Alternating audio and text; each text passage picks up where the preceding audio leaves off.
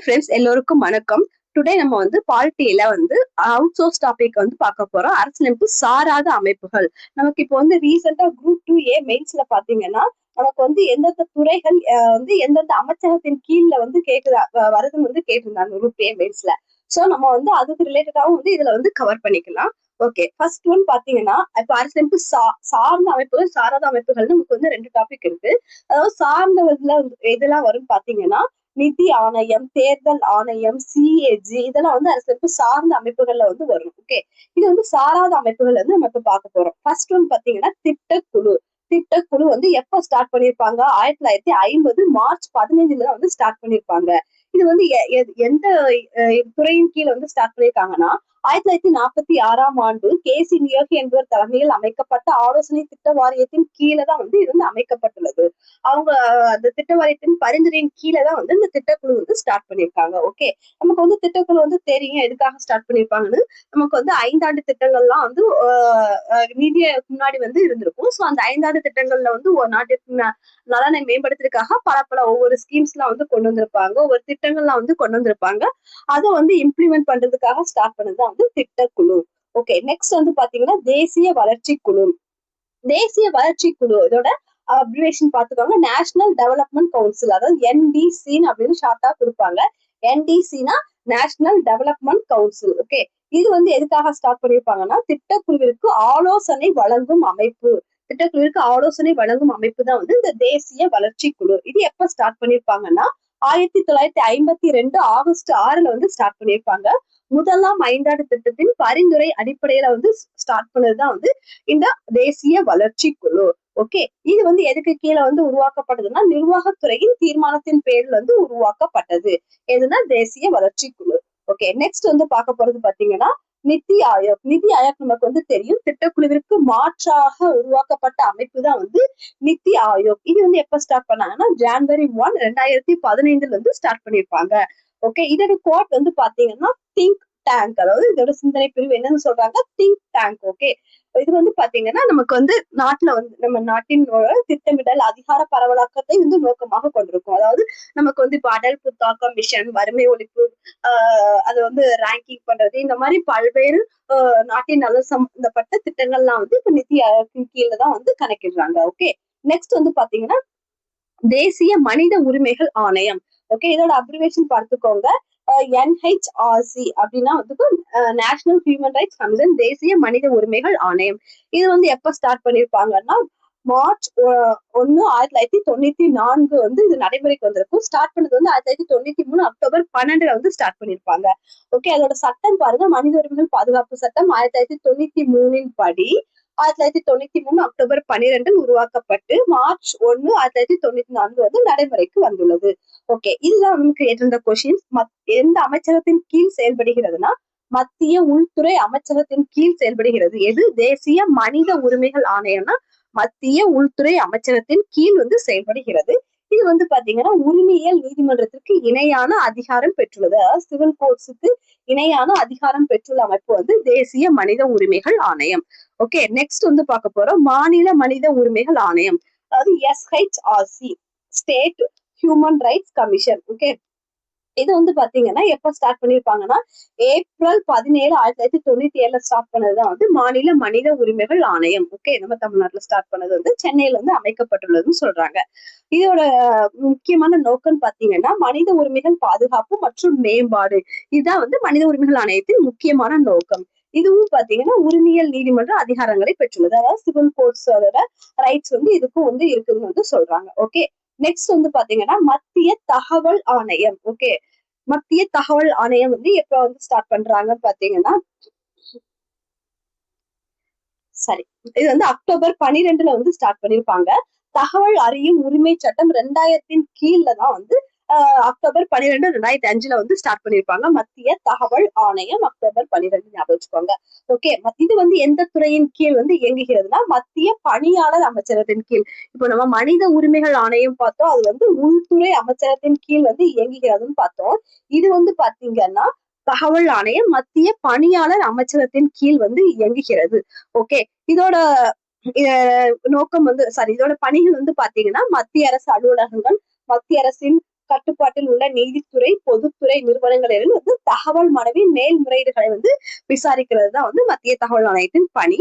இதுவும் வந்து பாத்தீங்கன்னா உரிமையியல் நீதிமன்றத்திற்கு இணையான அதிகாரம் பெற்றுள்ளது. ஓகே, நெக்ஸ்ட் வந்து பாத்தீங்கன்னா மாநில தகவல் ஆணையம். Okay, state information commission.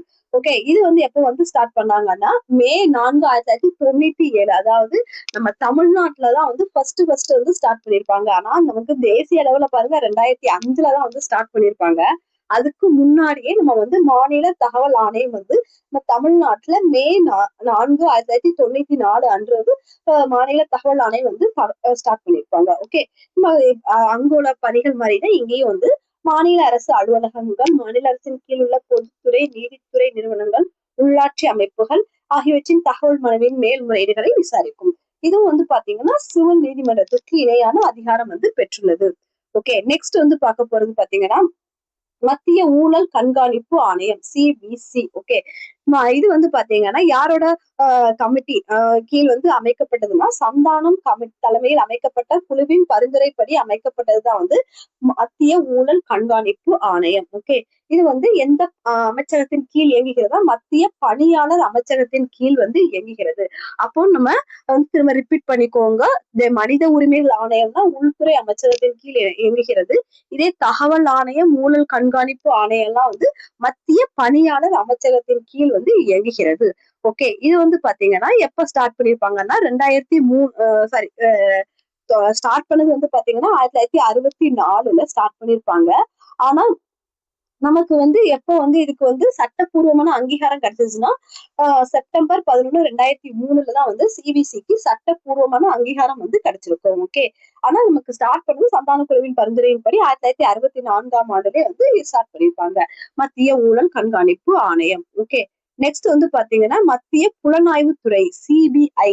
Okay, இது வந்து பாத்தீங்கன்னா இதுவும் அதே மாதிரிதான் சந்தானம் குழுவின் பரிந்துரையின்படி 1963 வந்து ஸ்டார்ட் பண்ணிருப்பாங்க. இது பாருங்க உள்துறை அமைச்சகத்தினால் கொண்டு வரப்பட்டது. இப்போ வந்து நமக்கு வந்து தகவல் ஆணையம்னா பணியாளர் அமைச்சகத்தின் கீழ் வந்து ஸ்டார்ட் பண்ணிருப்பாங்க. அது வந்து கன்ஃபியூஸ் பண்ணிடாதீங்க. ஊழல் கண்காணிப்பு ஆணையம், தகவல் ஆணையம்னா. ஆனா வந்து புலனாய்வுத்துறை வந்து பாருங்க உள்துறை அமைச்சகத்தின் கீழ் வந்து கொண்டு வரப்பட்ட தீர்மானத்தினால் உருவாக்கப்பட்டுள்ளது. ஓகே, வந்து இது 1963. இதே வந்து மத்திய ஊழல் கண்காணிப்பு ஆணையம்னா 1964. புலனாய்வுத்துறை வந்து 1963. ஓகே, இதோட பணிகள் பாத்தீங்கன்னா இது வந்து மத்திய அரசின் முதன்மையான விசாரணை அமைப்பா வந்து இருக்குது. லோக்பால் மத்திய ஊழல் கண்காணிப்பு ஆணையத்திற்கு உதவியாக வந்து செயல்படுறதுதான் வந்து மத்திய புலனாய்வுத்துறை. இதோட குறிக்கோள் மோட்டோ என்னன்னு பாத்தீங்கன்னா industry, impartiality, integrity. Okay, next வந்து பார்க்க போறது தேசிய புலனாய்வு முகமை, அதாவது NIA, தேசிய புலனாய்வு முகமை. இது வந்து எப்ப ஸ்டார்ட் பண்ணிருக்காங்கன்னா 2009 உருவாக்கப்பட்டது. தேசிய புலனாய்வு முகமை சட்டம் 2008 படி 2009 உருவாக்கப்பட்டதுதான் தேசிய புலனாய்வு முகமை. ஓகே, இது வந்து பாத்தீங்கன்னா எதுக்காக ஸ்டார்ட் பண்ணிருக்காங்கன்னா மாநிலங்களிலும் சிறப்பு அனுமதி இன்றி மாநிலங்கள் முழுவதும் தீவிரவாதம் தொடர்பான குற்றங்களை வந்து விசாரிக்கிறதுக்காக உள்ள அமைப்பு தான் வந்து இந்த தேசிய புலனாய்வு அமைப்பு. இதுவும் பாத்தீங்கன்னா உள்துறை அமைச்சகத்தின் கீழ் தான் வந்து செயல்படுகிறது. ஓகே, லாஸ்டா வந்து எது எந்தெந்த அமைச்சகத்தின் கீழ் வருதுன்னு ஒரு டைம் வந்து ரிப்பீட் பண்ணிக்கலாம். நெக்ஸ்ட் வந்து பாத்தீங்கன்னா தேசிய பேரிடர் மேலாண்மை ஆணையம், NDMA. Okay, national disaster management commission. Okay, இது வந்து பாத்தீங்கன்னா இதோட சட்டம் வந்து 2005 வந்து போட்டிருப்பாங்க தேசிய பேரிடர் மேலாண்மைக்கு. இது ஸ்டார்ட் பண்ணது வந்து 2005. ஓகே, 2004 ஏற்பட்ட சுனாமி அதுக்கு அப்புறம் தான் வந்து தேசிய பேரிடர் மேலாண்மை ஆணையம் 2005 வந்து சட்டப்படி வந்து உருவாக்கப்பட்டுள்ளதுன்னு சொல்றாங்க. ஓகே, இதோட பாத்தீங்க பணி வந்து பாத்தீங்கன்னா அந்த பேரிடர் மேலாண்மை சமயத்துல அதுக்கான முன்னெச்சரிக்கை உதவிகளை வந்து செய்யறதுதான் வந்து இந்த தேசிய பேரிடர் மேலாண்மையத்தோட பணிகள். ஓகே, நெக்ஸ்ட் வந்து பாத்தீங்கன்னா மாநில பேரிடர் மேலாணையம், SDMA. ஓகே, இதுவும் அதே மாதிரிதான் 2005 பேரிடர் மேலாண்மை சட்டத்தின் கீழே தான் வந்து உருவாக்கப்பட்டுள்ளது. சரி, இச்சட்டம் ஏற்றப்படுவதற்கு முன்பாகவே 2003 தலைமைச் செயலாளர்களை தலைவராக கொண்ட மாநில பேரிடர் மேலாண் ஆணையம் வந்து நம்ம தமிழ்நாட்டுல வந்து ஸ்டார்ட் பண்ணிருக்காங்க சொல்றாங்க 2003. மாநில பேரிடர் மேலாண்மை ஆணையம் பாருங்க 2003 அப்போ வந்து ஸ்டார்ட் பண்ணிட்டாங்க. அதாவது நமக்கு 2005 ஸ்டார்ட் பண்ண தேசிய அளவுல ஸ்டார்ட் பண்றதுக்கு முன்னாடியே மாநில பேரிடர் மேலாண்மை ஆணையம் வந்து 2003 வந்து ஸ்டார்ட் பண்ணிருக்காங்க. ஓகே, நெக்ஸ்ட் வந்து பாத்தீங்கன்னா மாவட்ட பேரிடர் மேலாண்மை ஆணையம். மாவட்ட பேரிடர் மேலாண்மை ஆணையம்னா அதோட அப்ரிவேஷன் பாருங்க, DDMA, district disaster management association. Okay, இப்போ வந்து இதுவும் வந்து பாத்தீங்கன்னா 2005 பேரிடர் மேலாண்மை சட்டப்படிதான் வந்து அமைக்கப்பட்டுள்ளதுன்னு வந்து சொல்றாங்க. இது வந்து பாத்தீங்கன்னா தமிழ்நாட்டில் உள்ள அனைத்து மாவட்டங்களிலும் மாவட்ட அவசர கட்டுப்பாட்டு மையங்கள் வந்து அமைக்கப்பட்டு அந்த அதுக்கு வந்து ஒரு கட்டுப்பாட்டு கட்டணமில்லா தொலைபேசி எண் வந்து கொடுத்திருக்காங்க. அந்த கட்டணமில்லா தொலைபேசி எண் வந்து பாருங்க 1077, அதாவது 1077 தான் வந்து இதோட கட்டணமில்லா தொலைபேசி எண். அதாவது மாவட்ட பேரிடர் மேலாண்மை ஆணையத்தின் தொலைபேசி எண்ணா 1077. ஓகே, நெக்ஸ்ட் வந்து பாத்தீங்கன்னா தேசிய பெண்கள் ஆணையம், NCW. ஓகே, இது வந்து பாத்தீங்கன்னா எப்ப ஸ்டார்ட் பண்ணிருப்பாங்கன்னா ஜான்வரி 31, 1992 வந்து ஸ்டார்ட் பண்ணிருப்பாங்க. அதாவது 1990 சட்டத்தின்படி, மகளிர் ஆணைய சட்டப்படி ஜான்வரி 31, 1992 தேசிய பெண்கள் ஆணையம் வந்து ஸ்டார்ட் பண்ணிருப்பாங்க. நமக்கு தேசிய பெண்களுக்கான அனைத்து பெண்களின் பாதுகாப்பிற்கான ஒரு புகார் எண் வந்து பாத்தீங்கன்னா 181. அதாவது ஒரு பாதிப்புகளுக்கு வந்து பெண்கள் வந்து உள்ளாக்கப்படும் போது அவங்களுக்கான அவசர உதவி எண் எது பாத்தீங்கன்னா 181. ஓகே, நெக்ஸ்ட் வந்து பாத்தீங்கன்னா மாநில பெண்கள் ஆணையம், SCW. இது வந்து பாத்தீங்கன்னா 1993 வந்து அமைக்கப்பட்டுள்ளது. அதாவது ஃபர்ஸ்ட் வந்து பாத்தீங்கன்னா தேசிய பெண்கள் ஆணையம் வந்து பாத்தீங்கன்னா 1992 வரும். மாநில பெண்கள் ஆணையம் பாத்தீங்கன்னா 1993. இதுவும் அதே மாதிரிதான் அதோட பணிகள் பெண்களின் உரிமைகளை பாதுகாக்கவும், பெண்களுக்கு சமத்துவம் வழங்கவும் வந்து அவங்களுக்கு வந்து நலனை மேம்படுத்துவதற்காக வந்து இத வந்து பணிகள் வந்து செயலாற்றுகிறார்கள். ஓகே, நம்ம வந்து இதுல வந்து இப்ப நம்ம வந்து மெயினா பார்க்க வேண்டியது என்னன்னு பாத்தீங்கன்னா, இப்ப வந்து தேசிய மனித உரிமைகள், மத்த டீடைல்ஸ்லாம் வந்து உங்களுக்கு ஆல்ரெடி வந்து தெரிஞ்சதுதான். இப்ப தேசிய மனித உரிமைகள் ஆணையம் அப்படின்னு வந்து பாத்தீங்கன்னா உள்துறை அமைச்சகத்தின் கீழ் வந்து செயல்படுகிறது. இதே மத்திய தகவல் ஆணையம் அப்படின்னு பாத்தீங்கன்னா மத்திய பணியாளர் அமைச்சகத்தின் கீழ் செயல்படுகிறது.